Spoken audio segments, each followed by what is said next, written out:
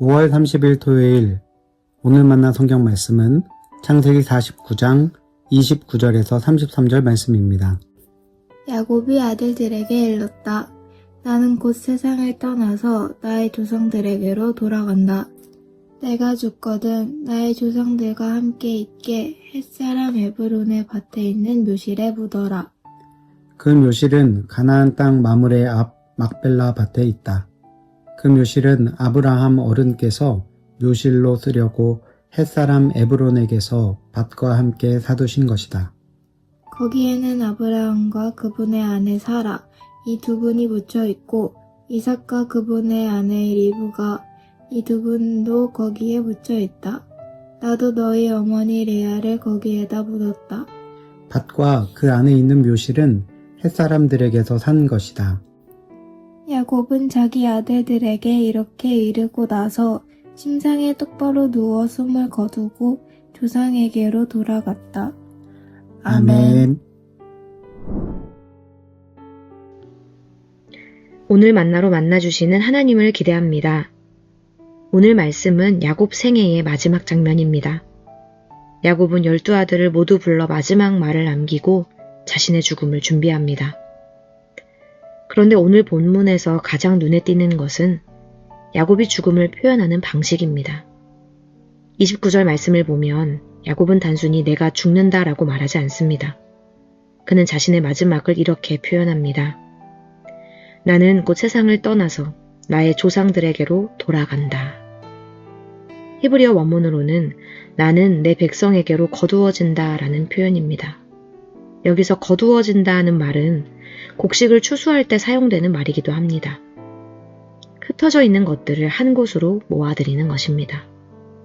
야곱은 죽음을 생명이 끝나는 사건으로 이해하지 않습니다.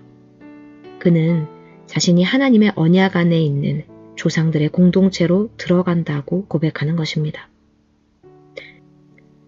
우리는 여기서 중요한 사실 하나를 기억해야 합니다. 창세기 시대에는 아직 오늘날과 같은 의미의 부활신앙이 분명하게 나타나지 않습니다. 훗날 다니엘서나 이사야서에는 죽은 자의 부활에 대한 소망이 보다 선명하게 드러나지만 족장시대의 신앙 고백은 아직 그 단계에 이르지 않았습니다. 그럼에도 불구하고 나는 내 백성에게로 간다라는 야곱의 고백은 중요한 신앙의 태도를 보여줍니다. 야곱은 죽음을 단지 인간의 눈으로 해석하지 않았다는 것입니다. 그는 자신의 마지막 순간마저도 초월자이신 하나님의 관점으로 바라보고 있습니다. 야곱에게 있어 죽음은 하나님께서 인간의 생을 붙드신다는 믿음 안에서 이해되는 사건입니다.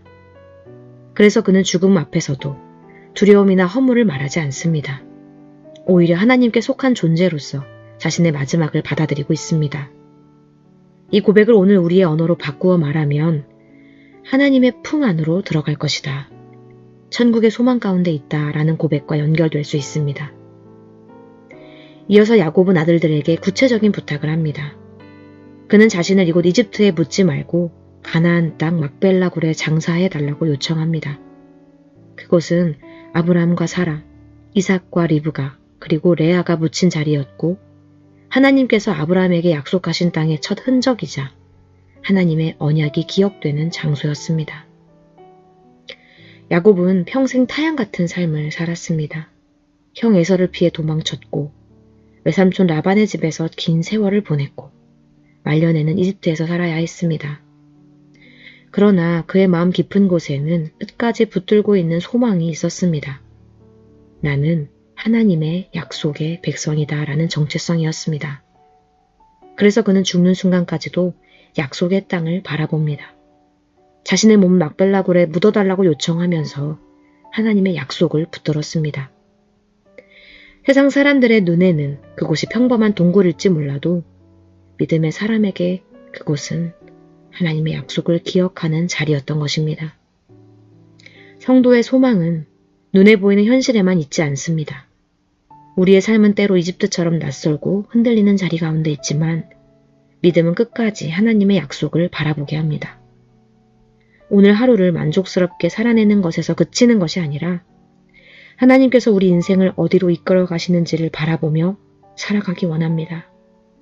눈앞의 형편보다 하나님의 약속을 더 붙드는 것, 그것이 믿음의 삶입니다. 오늘 말씀에서 야곱은 이집트의 풍요로움에 만족하지 않았습니다. 비록 그곳에서 안정된 삶을 누리고 있었지만 거기에 자신의 인생의 마지막 의미를 두지 않았습니다. 그는 끝까지 하나님께서 약속하신 땅을 바라보았고 자신의 삶을 하나님의 언약 안에서 이해했습니다. 그래서 죽음의 순간에도 막벨라고를 향한 소망을 붙들었던 것입니다. 오늘 우리도 마찬가지입니다. 세상은 지금 누리는 안정과 만족에 머물라고 말합니다. 그러나 믿음의 사람은 눈앞의 현실만으로 자신의 인생을 판단하지 않습니다. 하나님께서 우리를 어디로 이끄시는지, 어떤 약속 가운데 살아가게 하시는지를 바라봅니다. 그래서 성도의 삶에는 늘 거룩한 방향성이 있습니다. 오늘 하루도 우리에게 주어진 현실 너머에서 일하시는 하나님을 바라보며 살아가기를 원합니다. 우리의 삶의 마지막 순간까지 붙드시고 인도하시는 하나님 안에서 참된 소망을 누리길 기도합니다. 기도하겠습니다. 하나님, 야곱이 자신의 마지막 순간까지도 하나님의 약속을 붙잡았던 것처럼 우리 또한 끝까지 하나님을 향한 소망을 붙들게 하옵소서. 오늘의 만족에 머무는 인생이 아니라 하나님 나라를 바라보며 살아가는 믿음의 사람 되게 하옵소서. 예수님의 이름으로 기도합니다.